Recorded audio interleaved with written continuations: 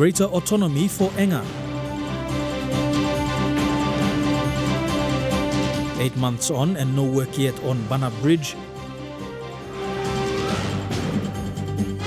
And report says human rights abuses rife in SABLs.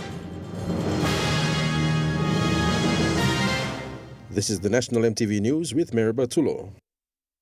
A very good evening. Thank you for joining us. This is Sunday's news. Enga province was granted greater autonomy from the national government on Friday. This means that the provincial and local level governments will manage its financial and administrative functions. Prime Minister Peter O'Neill and Intergovernment Relations Minister Kevin Isufu officially handed over these powers at the IPUS Rugby Oval to the people of Enga province. Thousands gathered at the IPUS Rugby Oval and witnessed the signing of the transferring of financial, administrative and political powers to Enga provincial government. The decentralization of some of the powers being held at the national level to the provincial level translates to greater autonomy and does not mean that the province is independent in its decisions. Prime Minister Peter O'Neill told the people of Enga province and PNG that this is a way forward after the organic law was reviewed in 2012. Our constitution doesn't say that we have to give independence to someone, but we can give more powers. Enga Governor Sir Peter Ipotas clarified to his people that each province in PNG has its own agendas, and this gives power to the province to focus on addressing its agendas. Enga's priority areas are law and order, police force and teachers' appointments, among others. Sir Peter says the provincial government would have immediate control so that reporting systems are in place for public servants to do their jobs properly. That's why it's important. Also, people must get powers, making decisions, on district level, local level government, become no province. So that people are here as leaders, you here the elected. Intergovernment Relations Minister Kevin Isufu said Enga province deserved greater autonomy because it has prepared well over 20 years in terms of education. Minister Isufu said the powers given must be done within the framework of the national constitution. To make sure that they work together and work towards more empowerment to the province and its districts, and to make local decisions for the benefit of the people of this province. Enga Provincial Administrator Dr. Samson Amian added that receiving greater autonomy is not so much about money power. It is about deciding its budget and the appointment processes, powers that were once used at the provincial level before the reform system. Vasinata Yama, National EMTV News, Mount Hagen. The contractor selected to rebuild the Banab Bridge in Madang is yet to begin work 8 months since the bridge broke. The bridge is along the Madang-Bogia Highway. It was discussed in Parliament earlier this year, but no work has happened on the ground.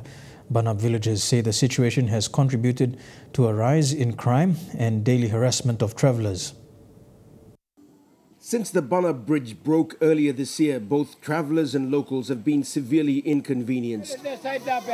Every trip for those headed for Bogia and East Sepik costs a bit more than usual. They pay a toll to get across the bridge built by the villagers, then they pay for transport, and the local people have had to put up with conflicts triggered by the rising lawlessness. Number tol heavy mi plus place lo Banab surumaran mi karem big play. Mi tram lo strati lo pasin man holy peak puti mani kai mi gimoli gogo na mi pili mi nona. Earlier this year, a contractor was killed at the bridge. The killing further delayed the progress. Maybe some government letting me down around 8 months now. No one bla kain helping council government. Well, lenona is isimon on resource blongam long. Kamavin bisla kain long bypass. Lodis la Bristol house blom bla los rumaran paya. Mi plan no good place sleep sidan now by plan look mi place sidan no se one sleep or se one mi place stop. Later, it was found the company that had been given the contract just didn't have the means to replace the bridge. It's understood a new contractor will be appointed to take on the task, but for now, the locals say they are fed up with the delays. Mi plan looking mo se blong pla time now. Plan TV ko come up na. Mi plan last place tu mi plan sore lo line trango. Onit lo Arab action na. Isla rotmas. operator na bridge tu mas tretara. Scott Whitey, National MTV News, Medang. A recently published report by the UK-based charity War on Want and Papua New Guinea-based community and advocacy group Act Now focuses on appalling human rights abuses of victims of the SABL land grabbing in PNG. The SABL land grab, Papua New Guinea's ongoing human rights scandal, highlights the devastating impacts on people living in rural communities and gives a voice to those who have suffered the illegal loss of their land to logging and oil palm plantations. It highlights the devastating stories of landowners who have been threatened and beaten by armed forces to pave way for commercial activities on their traditional land. UK-based charity War on Want and PNG-based community advocacy group Act Now are calling for immediate action to end the land grab and cancel the leases by the PNG government. They are also asking the international community to be more proactive in pressuring for action by the relevant authorities. Mr. Tanago also made a call to international countries who are involved in the logging and palm oil industry from the SABL areas to stop. We are calling on the United Nations Special Rapporteurs who have already written to the government, expressing their concerns about human rights abuses, to come to Papua New Guinea to see the impacts firsthand and speak directly with the government. We are also calling on China and other countries taking logs and palm oil from the SABL areas to stop this illegal trade. In the 1970s, the government introduced the land scheme with the intent of helping landowner participation in economic activities. According to Act Now, more than 5 million hectares of land was stolen from rural communities using fraudulent SABL agricultural leases between 2013 to 2019. The leases were exposed as having been unlawfully issued by a commission of inquiry that released its findings in 2013. Testimonies from the recently published report were collected over a 2-year period by researchers who visited SABL-affected communities. The report highlights how the SABL land grab, as well as breaching PNG's own land laws and the Constitution, has breached a whole raft of international laws and conventions.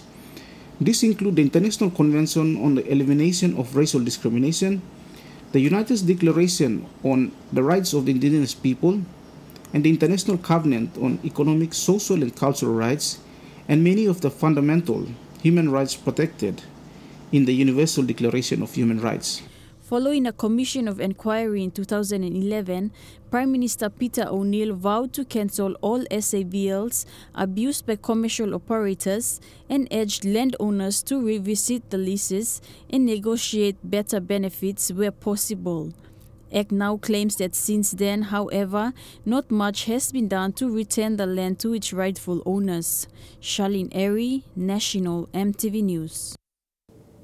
With the steady increase in the production of high-value coconut products in Papua New Guinea, the Coconuts Industry Corporation is now embarking on ensuring that producers are compliant with high-quality standards. The KIK, through partnership with the Pacific Horticultural and Agriculture Market Access Program, recently began the process of certifying coconut SMEs. The HACCP certification provides quality checks on all stages of coconut product production. During the week, the Coconuts Industry Corporation presented the first ever HACCP certification to high-value coconut product producer Weni and Mandol Investment. Hazard Analysis Critical Control Point System is an international quality standard measure that relates to the various stages of food production. This system has been adopted by the KIK to ensure that high-value coconut producers in PNG comply with international standards. Analysis critical control. According to KIK General Manager, Industry Services, Alan Aku, the certification program is important in providing quality checks at all stages of production. What that means is that each process, each product that you want to process, there are critical control points that you need to monitor so that the quality of the product is assessed all the way through the process. We decided to go through HACCP. Now, HACCP is basically connected to the Codex Alimentarius, which is an international food safety standard. And so we took that part and we developed the framework, and the board has already approved the framework. The HACCP certification program for the initial coconut SMEs was completed through support from the Pacific Horticultural Agriculture Market Access Program, who facilitated the HACCP inspections. So they brought the HACCP inspectors from Australia, went through our processing facilities, and currently 3 are certified. 1 has received their certification today, which is Wendy and Mendo. And we got Rabal Visio and New Guinea Organics that are online. The efforts to provide international standard certification for high-value coconut products is a priority for the KIK as it looks to promoting coconut SMEs from PNG within the region. We are excited about it, but we have to ensure that in order for our people who are involved in the SMEs that are involved in producing high-value coconut products, they must be able to be compliant with this kind of certification processes. And so because at the end of the day, breaking into the world market or the international market is going to be dependent entirely on whether or not they are properly certified. In the coming weeks, 2 coconut SMEs in East New Britain Province will each receive the HACCP certification, with another in Central Province to await its certification results. You're watching National MTV News. We'll join Helen Sear live from the Cosmopolitan right after these messages as the countdown continues to tonight's live vocal fusion following the news. Stay tuned.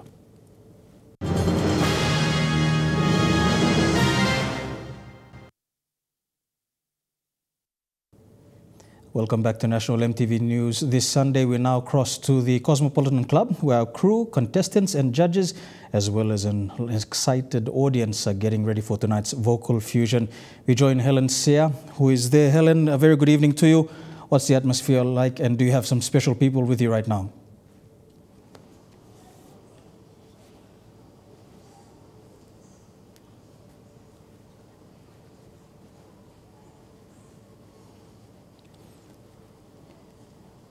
Yes, good evening, Maribel. I'm here at the Cosmopolitan. The mood has started to set in. The crowd has started to move in on the floor, and I'm here with some fans right now. Let's go have a chat.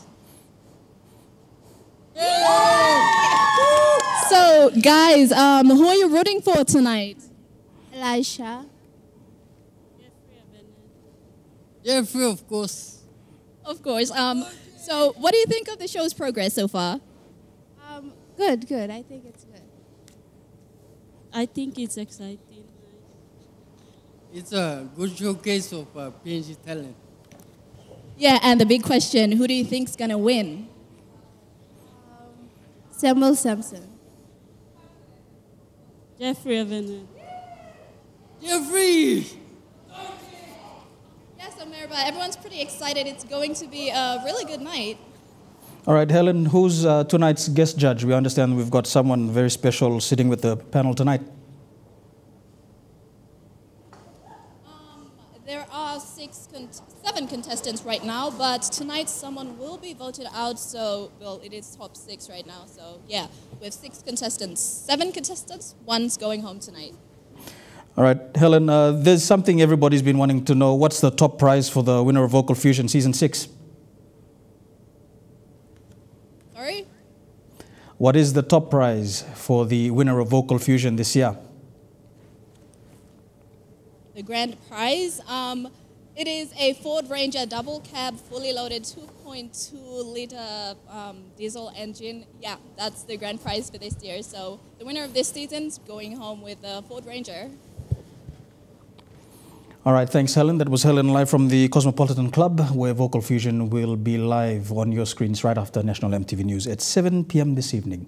Now moving on, Sir John Guy Stadium was filled yesterday with stalls of small business owners showcasing their products for city residents. Much of the products displayed at the craft market are locally made artifacts, clothing, jewelry, and of course, local food. Most stall owners are regular participants in the monthly Pom City Market. The Sir John Guy Stadium was packed with stalls and varieties of locally made products on display. Customers also browsed through the stalls to get an idea of the different products and how they are made.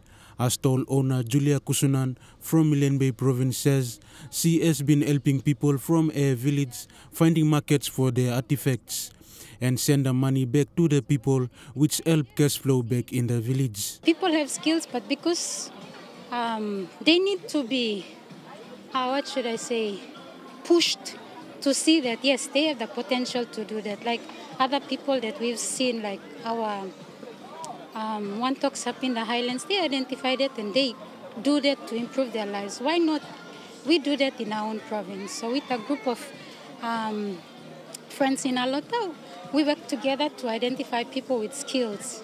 And when they have those skills, we get them out. Example, this. So we help to add value to what they have. Like, so for these ones, we turn them into fridge magnets and sell. So at the end of the day, we send their money so they keep the cash flow continues. Locally made artifacts at the expo ranges from earrings, armbands, Mary blouse, bilums, baskets, and many more. Another stall owner, Eva Ani, was also there to showcase a locally made body scrubs and body creams. Eva, a former EMTV News anchor, now has a full-time job with New Guinea and is encouraging the people to not only depend on their fortnightly salary, but also do something to benefit them. Even though we are employed, most of the people here, they have also jobs like myself, but I think it's really important, and I try and encourage my young friends, my young colleagues, and my children as well, that don't just depend on your wages and salaries. You know, you have to be able to be independent of an income that's through being employed, whereas I think it's a good thing to own your own business. No matter how small, at least it's your own business. The expo is to promote locally made artifacts and to provide a market for them so that people can benefit from their locally made artifacts. Rayon Lakingu, National EMTV News. Newspaper cartoons have played a key role in generating humor, but at the same time addressing serious issues. Senior journalists in PNG mainstream media say there is a need for young and up-and-coming cartoonists to have a different view of issues affecting the nation. Recently, the country lost one of its top political cartoonists, Jada Wilson. Senior journalists are now calling for more cartoonists to keep the trade going. When someone picks up a newspaper, they often flip to the comics section and the editorial. A cartoon or comic strip adds a different view to an issue. And the more local the cartoon, the reader relates to the scene. Papua New Guinea lost one of its local cartoonists, Jada Wilson, on the 10th of October, one who was renowned for his artistry and localized content in the One Talk newspaper. I'm creating something inside lo web publishing or lo One Talk newspaper itself. Sa drawing toro bia na kanage. But lo before sa drawing ampla his cartoons have had a following and most relate to them locally and call into the office to talk to the characters, thinking they were real. The accounts recalled by colleague Nikki Bennett at One Talk newspaper. In fact, all drawing blongnya, all mansaringa. Untuk inam bila toto lo toro, o inam bila toto lo bia, o inam bila toto lo kanage. But miplat sa toko kanake nauso lemi emilusi opis korsait o emko pani buayo kano sa bigos miplat sa wamla manda so lem kanake bia toro spike mai kolkata disla wamla manda so but so was time mi emilusi mipla na binosa na wamla toko nem all money ringkam lo mipla na wonem. Anna Solomon, a senior journalist and former general manager of Word Publishing, says cartoonists provide a different view of a situation.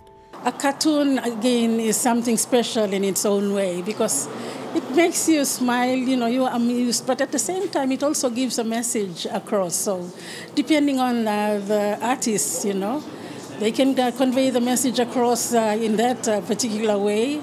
She added that Papua New Guinea needs more cartoonists to take on the trade going into the future. It is my wish that we have aspiring young people who will be able to fill in issues and take it on.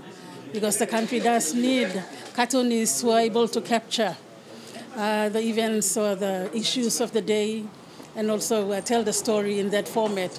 Fidelis Sukina, National EMTV News. There is a man on a mission to empower communities to find a sustainable way of earning an income and at the same time preserving their culture and traditions. Dr. Jeffrey Noro founded Kainake Project, a not-for-profit organization. With funding from the United Nations Development Fund, the Kainake Project has set up a 75-hectare conservation zone and other projects in South Bougainville.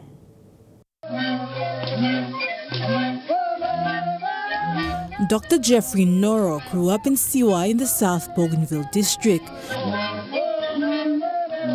And after studying overseas in Australia, US and Canada, Dr. Noro realized the importance of preserving the land, culture and traditions. Today I'm here to visit the project site, to visit the communities, to talk with the chiefs, and very much to understand what the community needs, what the community's perspective on conservation is. And I think it's very important for modern science, for communities to actually communicate together to create understanding. The Kainake Project, as a recipient funds of UNDP Small Grant Program, received over 94,000 kina. With that funding, the project established a 75-hectare conservation area, planted 600 vanilla vines, built a school that teaches cultural values, a resource center for skill training, and Dr. Noro has written a book containing details on plant species and their traditional uses in the Siwa culture. Inter-European Month of Photography to have our art projects on exhibition in Berlin.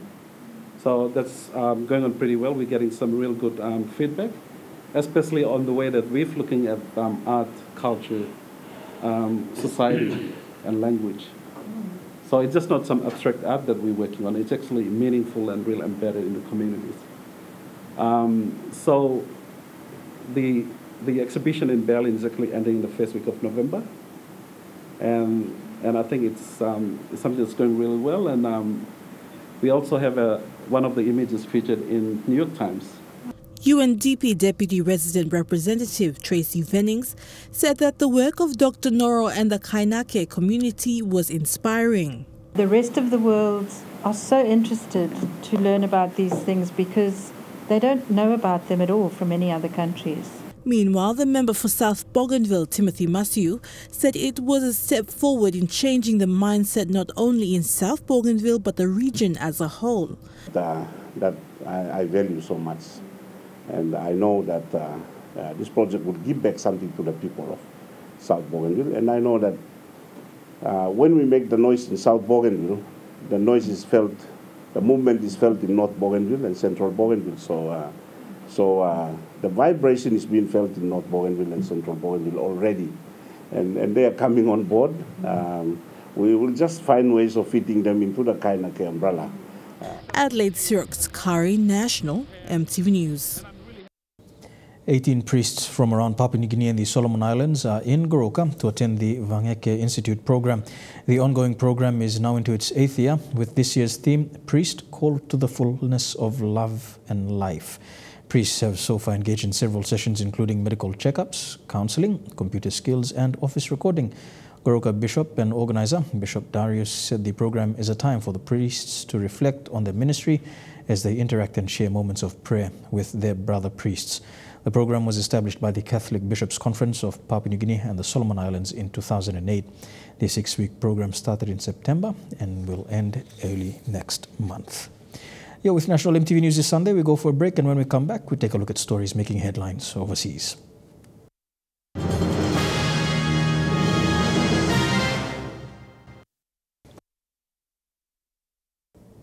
Welcome back to the news. Turning overseas now, a new generation redefining what it is to serve. That's how Prince Harry described the competitors at the Invictus Games in a rousing speech at the opening ceremony of the event in Sydney last night. An Invictus takeover of Sydney's Opera House to welcome those who have served and suffered, but whose spirits remain unbroken. The Kiwi competitors among the thousands who gathered for the opening ceremony. It's really life-changing to actually be here and to do it. and joining the cheers for the man behind the games. Hello, Sydney. Hello, Australia, and hello, Invictus.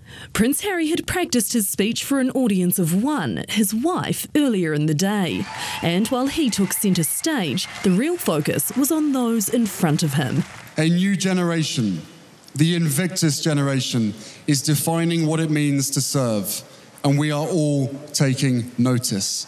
A rousing speech touching on physical and mental hardships and imploring the audience to be inspired. I definitely believe in what he's saying.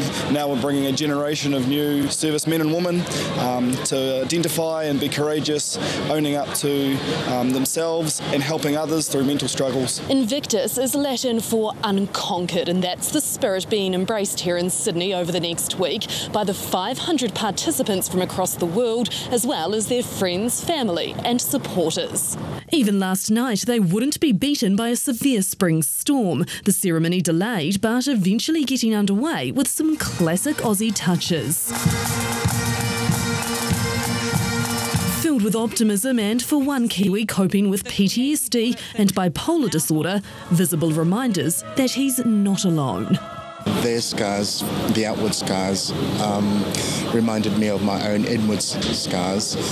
And as I see them healed and moving around and participating in sports and training, I felt that I was healing too on the inside. Prince Harry going on to present medals today as a royal tour that was already leaving a lasting impression down under makes a more profound mark. A surfer was attacked by a shark in the waters of New Zealand yesterday. A shark expert says the attack was likely to be the work of a juvenile great white. The victim is currently having second-round surgery after being beaten by the great white. I felt a bit of pain in my arm, but I looked down and then I seen the blood coming out my wetsuit. It was not the sneaky after-work surf that Andrew Bruff had planned. Started seeing its tail come out and it was thrashing around under my board and just started screaming out to the boys to get out of the water and just started paddling for my life. He says surgeons used 12 litres of saline to clean his wounds yesterday and a second operation is underway. When they did the first surgery, they found small shark teeth remaining inside. Shark scientist Riley Elliott believes a great white was responsible. Kaipari Harbour is the main element of interest here. It's a well-known birthing and breeding ground for the great white shark. It's a nursery area. It's where a lot of juvenile great whites are dropped, left to grow up, and at about 2.5 metres, they leave that sanctuary and go look for seals. Mr. Bruff has seen sharks while surfing before. When you get out in the water, you're always going to see wildlife. It's just what you expect. We don't yell for shark culls. We don't want to banish the animal in its own backyard. And after all that, if you're still keen to hit the waves, Mr. Elliott has some tips. Don't go out at dawn or dusk, avoid murky waters around estuaries, and don't swim where there's lots of fish or people are processing fish. Mr. Bruff's recovery is likely to take about 6 weeks, but he'll be back. Yeah, 100%. Can't wait to get back in the water. What a champion. He said he'll go surfing the next day if he's allowed to. And if you're wondering, he says his mum's all for him heading back into the water as it gets him out of the house. To take us into Trukai Sports Festival, scenes around Auckland this week could benefit Tonga. After last night's test match against Australia, rugby league fans impressed NRL representatives despite their side's defeat by the Kangaroos at Mount Smart Stadium. The deafening glare of car horns plus singing would have confused passers-by about who actually won the match. Tongan fans weren't going to let some pesky score spoil the fun.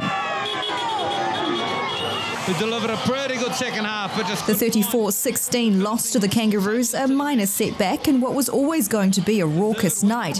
From Mount Smart Stadium to Auckland's south, Matumaa, Tonga's spiritual home in New Zealand. The pride's always on us, and even if we win or lose, we always win in our heart. Lose, win, still proud Tongan. All good. Police deployed in large numbers, eager to stave off a repeat of the disorder at last year's Rugby League World Cup. Our biggest concern is the traffic going around the block. We're getting a lot of people jumping out in front of them with flags, and it's a real serious matter because someone could get killed. I've already seen some close shaves as I've been walking around tonight. 20 people were arrested. 2 others were taken to hospital after a large fight in Otahuhu. But most chose revelry over brutality. Community leaders say the exuberant displays have showcased Tonga to the sporting world and could mean a future tourism boost. I spoke to one of the NRL representatives, and they were dumbfounded with the outcomes, And I think that they opened up a Pandora box in terms of rugby league, and I'm sure they will capitalize on it.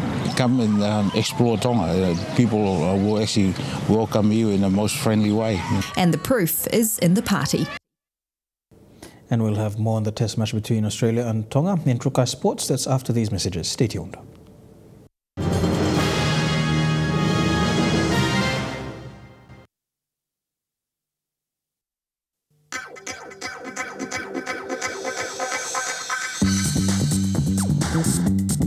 Trukai Sports.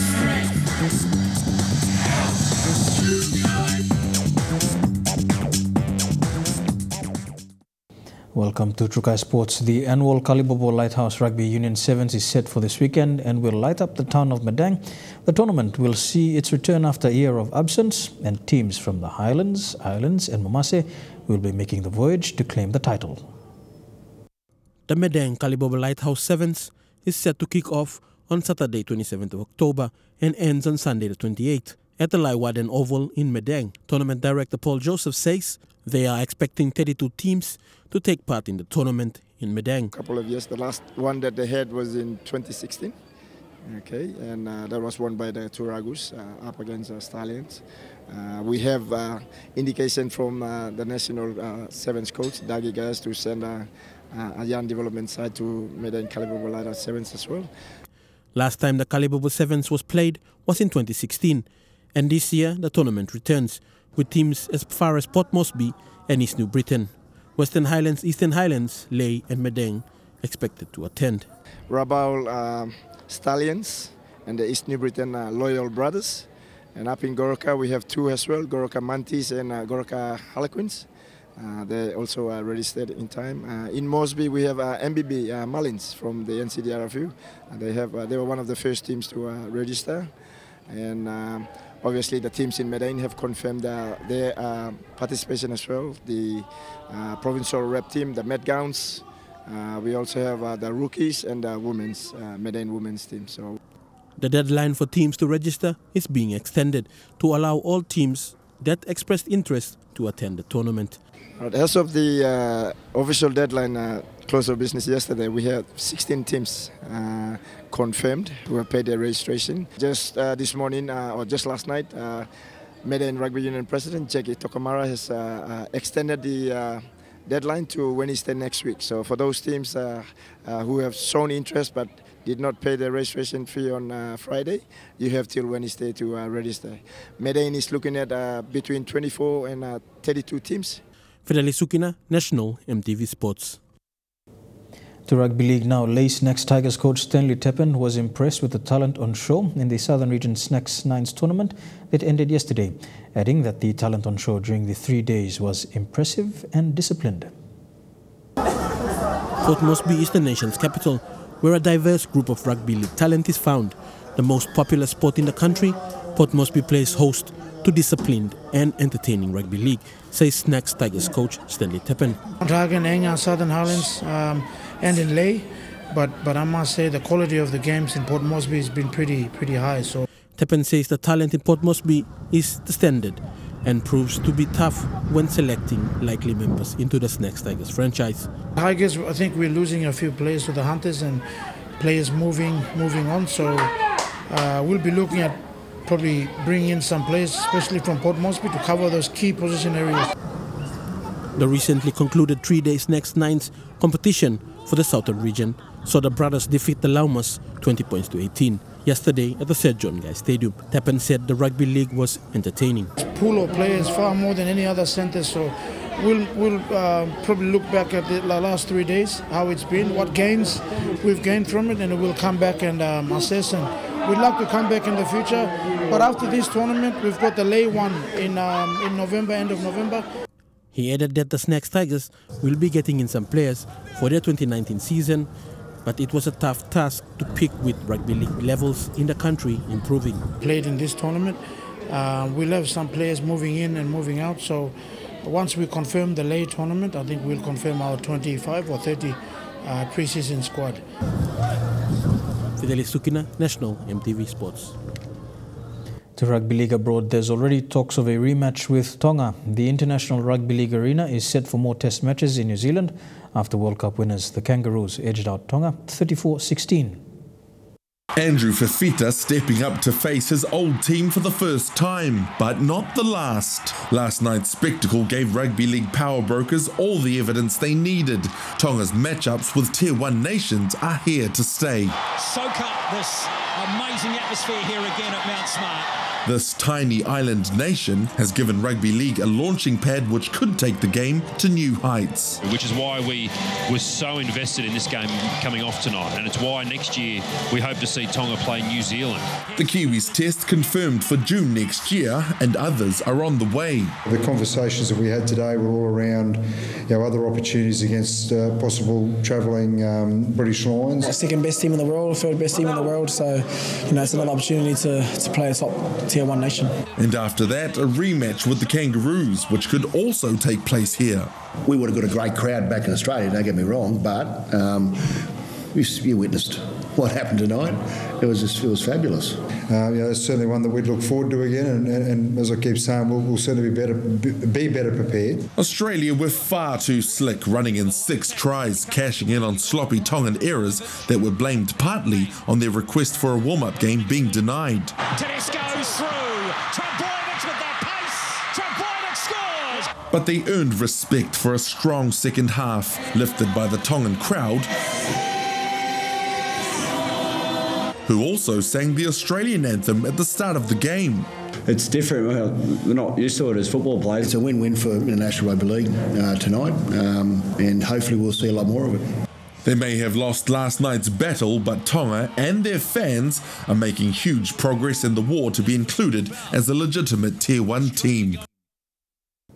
We go for another break and be back with more of Trukai Sports after these messages. Stay tuned.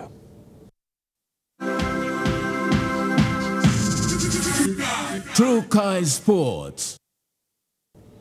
Welcome back to Trukai Sports. To football, and a 96-minute equaliser robbed Jose Mourinho as Manchester United drew 2-2 against Chelsea. Not a look the Premier League wants to see, and who else would be in the middle of it all but Jose Mourinho? Only this time he wasn't entirely to blame. And there you are, there's an individual from the Chelsea bench who has come across in front of him and lit the flame. That Chelsea staffer was assistant coach Marco Ianni, who goaded the Manchester United dugout after Ross Barkley fired home a 96th minute equaliser. Jose, I must ask you about your reaction when the second goal went in. It's not my reaction. It's Sarri's assistant reaction. Don't go always in my direction. He was very unpolite, but Sarri took care of the situation. He apologized immediately. A hug and a few words after the whistle seemed to draw a line under the matter. The more pressing issue for Mourinho was the missed opportunity to take all 3 points at Stamford Bridge. After conceding an early goal, courtesy of some poor defence by Paul Pogba, the visitors then began to find their feet. 2 goals from Anthony Martial, including a stunning second, silenced the Chelsea crowd. And here is Anthony Martial, and Manchester United from behind again lead. And they looked set to hold on until Ross Barkley reacted quickest to a goalmouth scramble in the 6th minute of added time. If you say before the match, one